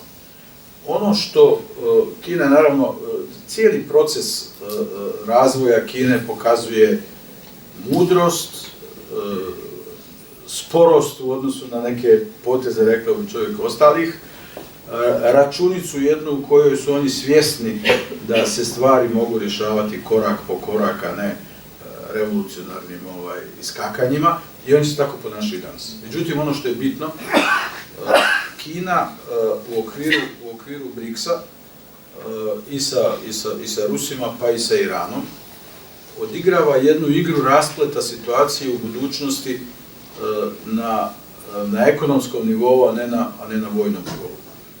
Šta to znači? Glavna ideja tih snaga koje su protiv monocentrizma Amerike i njihovih partnera naftaških u zalivu, glavna strategija je udar na petrodolar. Proizvođenjem nove svjetske valute koja može da zamijeni petrodolar, dakle ne formalno i ne zato što će neko donijeti odluku, nego zato što to ekonomija naravno može da pokrije. Malo je ko zabilježio u tom kontekstu jedan vrlo zanimljiv detalj, prije 6 mjeseci recimo, koji govori o ovom pravcu. Rusija i Kina su potpisale energetski sporazum od 400 milijardi dolara. Jedan od najvećih bilateralnih sporazuma potpisanih u svijetu u posljednjim decenijama. Međutim, nije najznačajnija činjenica što su potpisali sporazum od 400 milijardi dolara, nego je činjenica da će taj sporazum biti realiziran u rubljama i juanima. A energetski je sporazum gdje je nafta po definiciji vezana za petrodolar. Nakon toga su slijedili slični ugovori sa Iranom, sa Indijom, sa drugim zemljama, a da se ne zaboravi da je Gaddafi u 2 mjeseca prije nego što je likvidiran, Libija je bila, prije što je počelo kod njih takozvano proljeće, a završilo se najduljom zimom, Libija je bila predsjedavajući u organizaciji Afričkog jedinstva. Svake godine se mijenjala država kao predsjedavajući. U toj godini u kojoj je Libija bila predsjedavajući Afričkog jedinstva, dovršen je projekat ustanovljavanja nove afričke valute koja ima zlatnu podlogu. Dolar već dugo nema zlatnu podlogu. Afrika i afričke zemlje su našle kapacitete i mogućnosti da etabliraju monetu koja ima zlatnu podlogu. Vrlo je zanimljivo da je operacija protiv Gaddafija, uključujući ono o nafti što sam govorio, se poklopila i sa odlukom Afričke lige da se ustanovi valuta. Prema tome, ja mislim da će Kina, opredjeljenje Kine nije tajna. Kina je na drugoj strani priče korporativnog kapitalizma zapadnog, sasvim izvjesno. Oni neće vući radikalne poteze, ali će sve učiniti što je do njih za jačanje ovog drugog bloka zemalja koje će se sutra ispostaviti kao konkurencija na ekonomskom planu.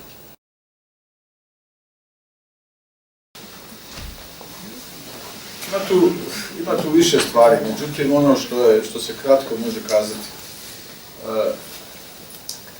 Bosna i Hercegovina je rasturena tako kako je rasturena Dejtonski sporazum. Dejtonski sporazum je zamišljen 1993. još.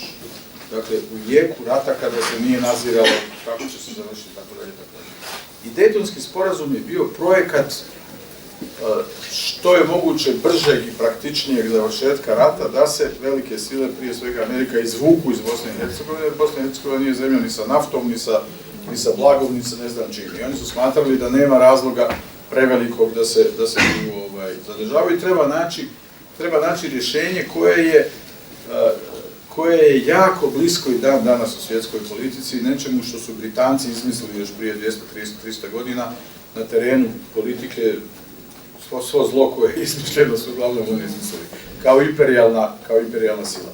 Britanci su pored nekoliko floskula koje su poznate, a to je da u politici nema prijatelja, ima samo interesa i tako dalje, ima jedno uputstvo, jedan poučak na koji su ljudi dosta dugo nisu obraćali pažnju, a koji za mene postoji i dan danas i realizuje se i dan danas. A on kaže sljedeće: u zoni naših interesa, gdje se tuče više plemena, iz imperijalne perspektive, onda svi ovi okolo su bili plemena. Mi smo za njih i danas plemena, mislim, da budemo realni u političkom smislu. Dakle, u zoni naših interesa, gdje se tuče više plemena, naš partner je najveći i najjači. To nema veze sa ljubavima, to nema veze sa strastima, to nema veze onako kako mi mislimo. Mi mislimo uvijek neko nas vole Njemci, nas vole Rusi, a niko nas ne voli jer je interes u pitanju. I ti Rusi, i ti Srbi odnosno Srbija koja se kune u Ruse, ako hoće da malo pogledaju detaljnije, u svim presudnim istorijskim trenucima gdje su Rusi trebali po definiciji da im stanu iza leđa, ostavili su ih na ledini, ako je to njihov interes bio takav kakav. Prema tome, ja sam pisao, pa sam bio prilično anatemisan dugo vremena u Bosni i Hercegovini, 1993. da se rat neće završiti sa svjetskim, jasnim određenjem u kojem će Srbija biti kriva, Milošević biti glavni krivac, dakle zločine, neće biti zločinca, neće biti žrtve, bit će sve skupo izbalansirano, zbog toga što je na ovim prostorima Srbija za njih najveći, po ovoj britanskoj logici oni su najveći, najbrojniji. Srbija se zato gura, šta je logika? Opet nije stvar ljubavi. Polazi se od toga da Srbiju treba pacificirati, jer su najveći i najjači, da se ne bi dešavalo ponovo što se dešava. I zato je danas prioritet uvlačenja Srbije u Evropsku uniju 10 puta veći nego bilo koga drugog. Molim vas, evo da ne želim da olajavam moje prijatelje i kolege iz Hrvatske, ali to sljepilo ove činjenice koje je pokazano sad prije par mjeseci je skandalozno. U slučaju takozvane ophodnje, odnosno parade i tako dalje. Oni su zovnuli Amerikanci, Britanci i Francuze da učestvuju vojno u njihovoj paradi, koja je organizovana povodom istjerivanja Srba iz Hrvatske.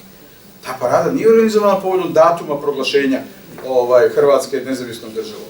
Nije povodom datuma prijema Hrvatske u Ujedinjene nacije, nego povodom Oluje, koja se u srpskom narodu, koji je legitimno dio hrvatskog naroda i dio ovoga prostora, percipira kao borba protiv njih.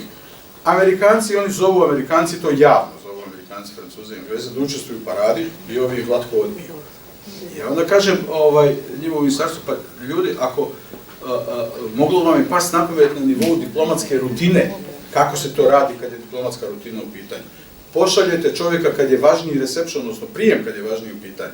Pošalješ čovjeka i ga da zoveš, da pitaš, hoćeš li doći da ti pošaljem pozivnicu? Ako nećeš doći, nećeš slati pozivnicu. Prema tome, mogli ste poslati čovjeka njima da pitate, ako mi vas pozovemo, hoćete li doći da učestvujemo? Pa bi oni rekli nećemo. Nećemo jer ne možemo u situaciji u kojoj sve činimo da Tomu Nikolića i Vučića privučemo u Evropsku uniju, vi nas sad zovete da učestvujemo na paradi u korist protirivanja Srba iz Hrvatske. I onda im upute poziv i ovi im opale šamar i ovi ispadnu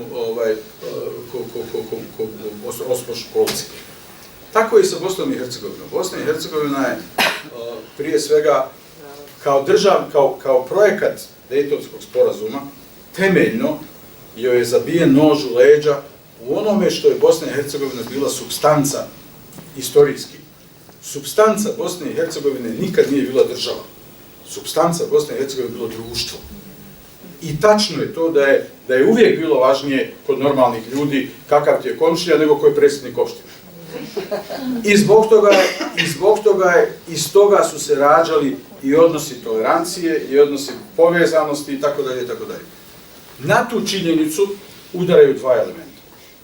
Jedan je projekat svega što se dešava od Dejtonskog sporazuma do danas je rasturanje društva u Bosni i Hercegovini. A svi se mi bavimo Dejtonom i svi smo s razlogom. Naravno, Dejton je Frankenstein u tehničkom smislu, Dejton ne može funkcionirati.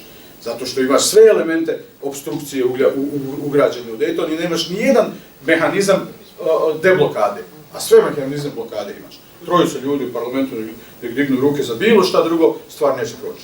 odnosno ako su protiv. Dakle, svi su skoncentrisani na Dayton kao državotvornu činjenicu, a niko ne razmišlja, niko nije razmišljao o društvu. A šta znači rasturanje društva? Znači i 2 škole pod jednim krovom, takozvani, i 3 udžbenika istorije, potpuno različita. I svaka televizija otvorite različite, pa ćete vidjeti da ovaj mrzi ovoga, ne mrzi onoga, ne mrzi onoga.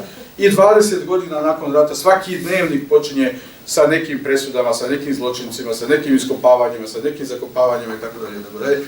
Prema tome, proizvodi se animozitet, proizvodi se mržnja. Proizvodi se zašto? Zato što lideri plemena, sva 3 plemena, znaju da je ta proizvodnja straha osnovni element na kojima će dobiti izbore. U okviru svog takozvanog naroda. I to je nešto što je mehanizam. Evropska unija, odnosno lideri, takozvani lideri Evropske unije, to jednostavno ne razumiju, prvo ne interesuje. Prvo misle da je Bosna i Hercegovina završena stvar. Molim vas, Valentin Incko, predstavnik OHR-a, odnosno visoki komisar Bosne i Hercegovine, je rekao prije 2 dana na jednoj konferenciji povodom 20 godina Daytona, je rekao glasno da on misli da je situacija u Bosni i Hercegovini dobra. Ako ne mislite tako, pogledajte Siriju. Nama se, dakle, 25 godina posle rata Sirija nudi kao sreća naša što mi nismo kao oni. Ali s druge strane imate, kažem, ovu činjenicu da je to je projekat rasturanja. Ja nisam nostalgičar nikakav preveliki izvan svojih privatnih života i razmišljanja, ali molim vas, pogledajte razliku. Imate, dakle, državni projekat je rasturanje, državni projekat je razdvajanje i tako dalje. Pogledajte razliku između 45. i 95. Kakva je god bila da je bilo. 45. je Jugoslavija izašla iz rata, isto tako, srušena potpuno, razorena, mržnja nacionalna, jer su se između sebe u toku rata tukli, nepismena, neobrazovana i tako dalje. Ali projekat državni bio, opet ne govorimo o ideologiji i o demokraciji kao i na Bliskom istoku, ali projekat državni je bio izgradnja, obrazovanje, ujedinjenje, čišćenje sa nekim mišljenjem i tako dalje, zatiranje mržnje i tako dalje. Od 95. na ovam, projekat državotvorni Bosne i Hercegovine je odvoji, podijeli, zamrzi, optuži i tako dalje. I to više ne može pod kožu. 20 godina je prošlo, izrasla je nova generacija koja je vaspitana tako. Molim vas, u Mostaru je snimljena evropska televizija neka snimila prije mjesec dana razgovor sa prvo pristojnim dečkom iz srednje škole sa zapada. Mostar, 100.000 stanovnika, ništa, kikiriki. Prema tome, Neretvu imate i Stari most. I dečko kaže fino u kameru, pristojan dečko, iz fine pristojne građanske, takozvane građanske porodice, kaže da nikad nije bio na istočnoj obali, da nikad nije prešao Stari most, i ovaj ga pita, i on ne razmišlja više o tome, to je gotova činjenica. I ovaj ga pita zašto niste? Pa kaže zato što su s druge strane oni. Ko su oni? Imaju drugu boju kože, drugačije govore, drugačije se oblače, i čekaju mene tamo da me istupu. I kad je objavljena to je realnost u Bosni i Hercegovini, i kad je objavljena ta priča, onda je dečko postiđen, nikome nije govorio ništa, sam se spakovao jedan dan i otišao preko Starog mosta, to mi je 150 metara od počeka, otišao preko Starog mosta, sjeo u kafić, popio kafu, porazgovarao s ljudima, vratio se nazad i rekao mene je sramota. Ali da nije bilo te televizijske provokacije, to je ostalo tako. Prema tome, to je mog sina, da vam ne govori sad, ne uključujem privatne stvari u tu cijelu priču koji ima 25-6 godina, izbjeglica u Italiji, bio završio fakultet, vratio se nazad, jedva čekao da dođe, ja jedva čekao da dođe, dobio sina nazad i tako dalje. I izađe jedno veće iz kafića sa svojim prijateljima, zaustaje ga 2 policajaca koji su sve to, Evropska unija ih istrenirala, uniforme im dala, kožne jakne, znaš nečegi, svi su oni važni. I zaustaje ga u 3 sata ujutru, kaže, rutinska kontrola, dajte, kaže, lične karte. I on izvode ličnu kartu, on se zove Dražen, preziva Dizdarević. Dakle, nekompatibilno to Dizdarević. I on pogleda ličnu kartu i ovako kaže, stvarno mi je neprijatno da kažem šta je policajac rekao do kraja, ali mislim, od prilike, evo da budem malo blaži, ko ti dade ime, da mu majku njegovu. I on kaže, kako kaže ono, dao mi tata ime i mama. Nije tata, nego babo. Dakle, policajac. I to je tako, mislim, to je jednostavno, to je ja, a da vam ne kažem šta je u krajnjoj liniji kad se sve sabere i oduzme i kad se vratimo na moju tezu o ekonomskim i ostalim realnostima. Ja sam u penziji prije godinu i po dana, sam otišao formalno, iako imam status ambasadora i tako dalje, druga priča, nije važno.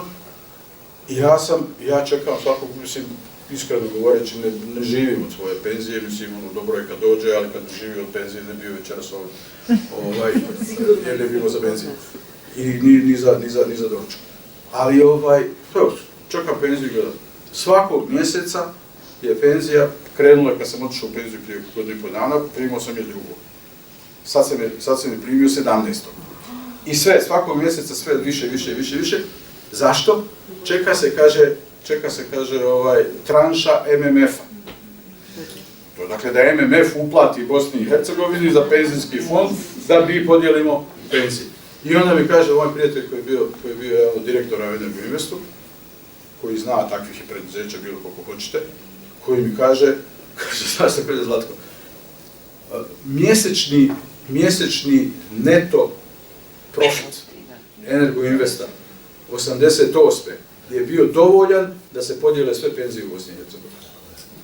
A danas nema ni Energoinvesta, ni Famosa, ni Unisa, ni tako dalje. Prema tome, realnost nas vuče u nekom drugom pravcu, ali tako je kako je. Hvala.